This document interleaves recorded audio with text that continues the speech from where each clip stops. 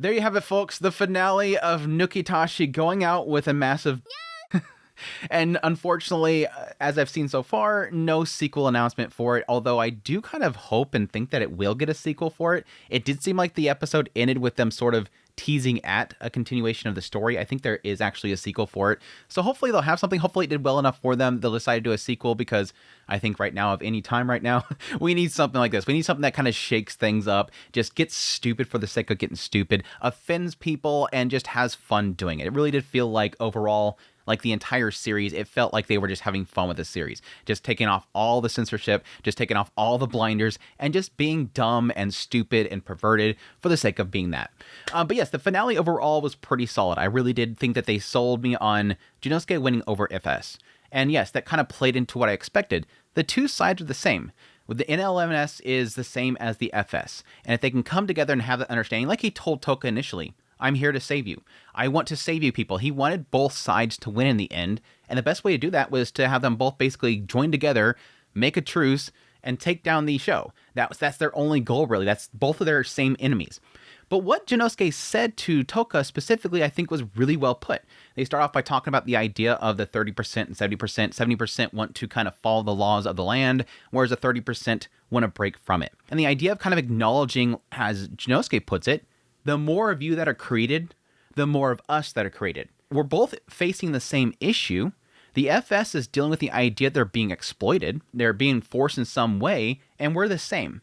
So as more of you are created, more of us are created, and eventually they have to figure out that, yes, coming together and kind of coexisting, understanding each other to coexist, is the idea of, yes, perversion versus wanting to have some sort of structure in your life. That's a great thing to kind of acknowledge there. Hey, I don't want to do this. And you're kind of forcing that, and thus you're creating more of us.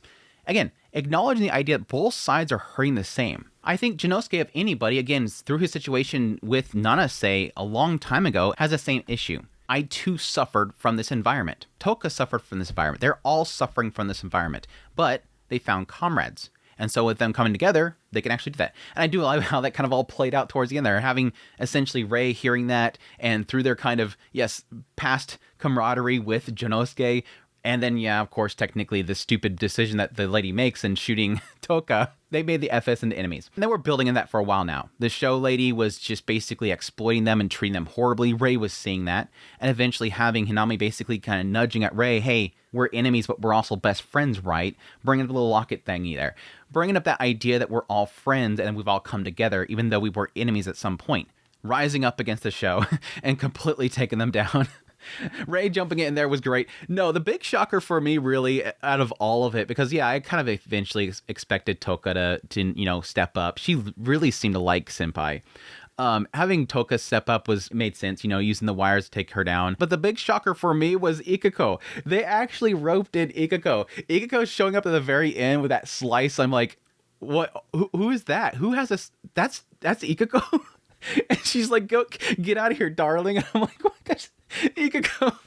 I guess if you can't beat him, join him. If she likes Genosuke that much, I mean, she's definitely going to want to join eventually. And sure enough, she's like, hey, darling, let's work together. I want that. It was again, a great kind of wrap up of everything.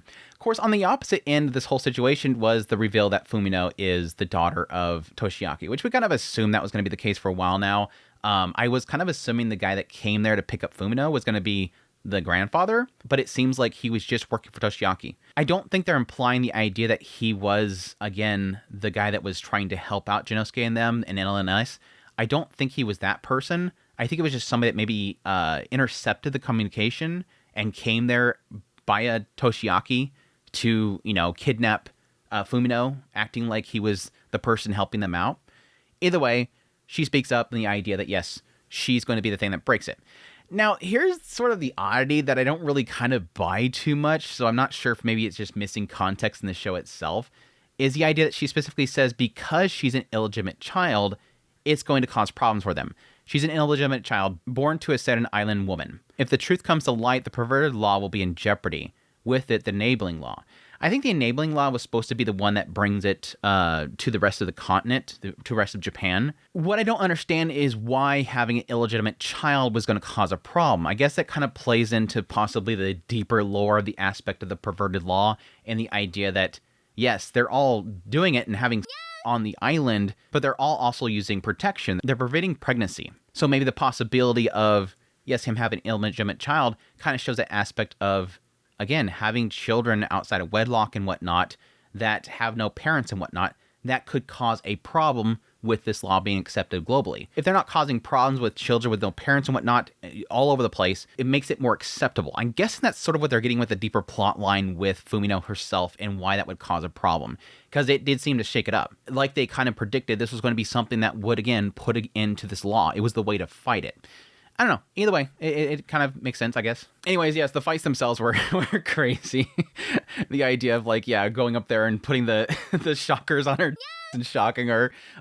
She had the power of conjuring coins, and she pulls them from places. And she's getting so they're slipping out.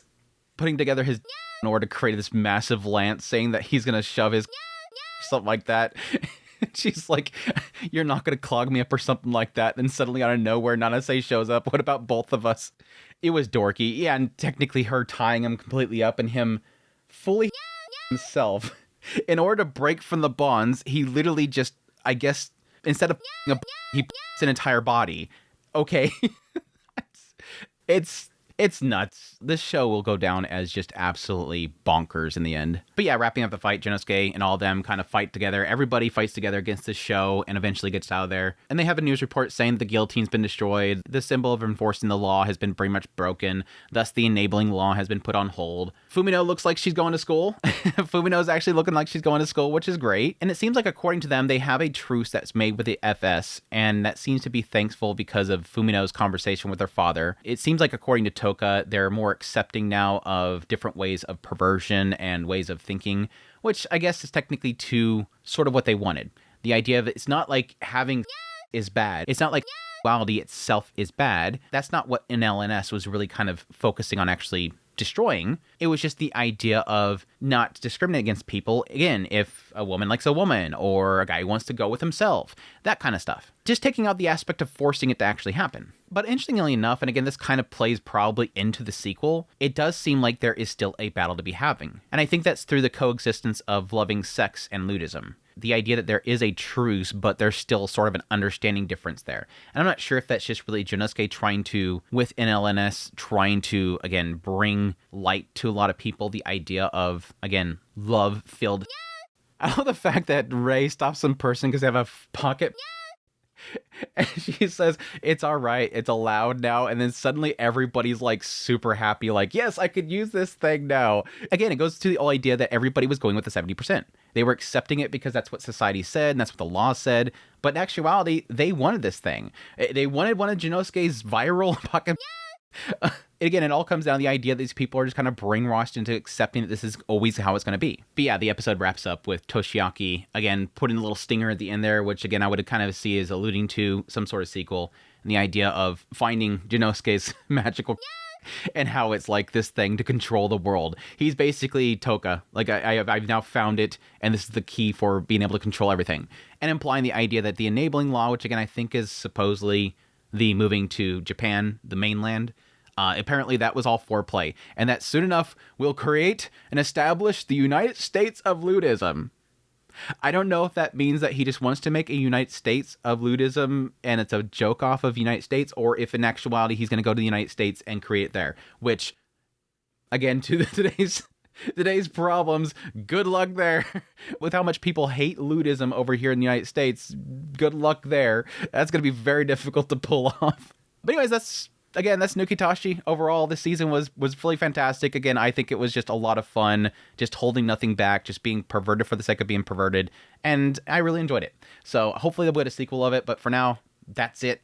But I hope you guys enjoyed my coverage on a weekly basis. It was a lot of fun. It was very difficult to avoid the YouTube being angry at me, but it was fun to cover. I hope you guys enjoyed my coverage of it and all the nyas and everything, and overly complicating a dumb, etchy, perverted show like this. But I hope you guys enjoyed. If you did, hit the like button down below. If you like this content, you want to support the channel more, become a member of the channel. Until next time, y'all take care.